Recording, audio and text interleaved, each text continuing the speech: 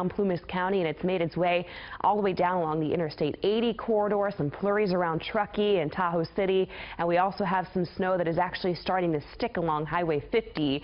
This is what the view looks like right now at Ski Run. You can see it already sticking to the pavement. The pavement is visually damp, and we're starting to see it stick to the rooftops there as well along those businesses there at Highway 50 at Ski Run.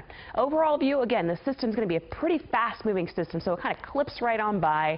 We're not looking at much in the way of snowfall accumulations, maybe about 1 to 2 inches expected this morning.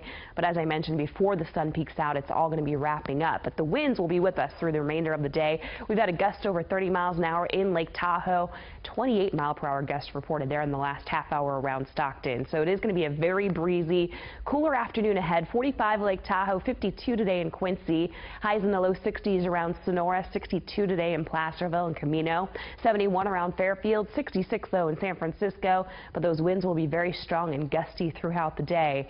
Sustained winds 10 to 20, gusts up and over 30 easily this afternoon around Farmington, Escalon, Oakdale, Modesto. Highs today cooler than yesterday in the low 70s.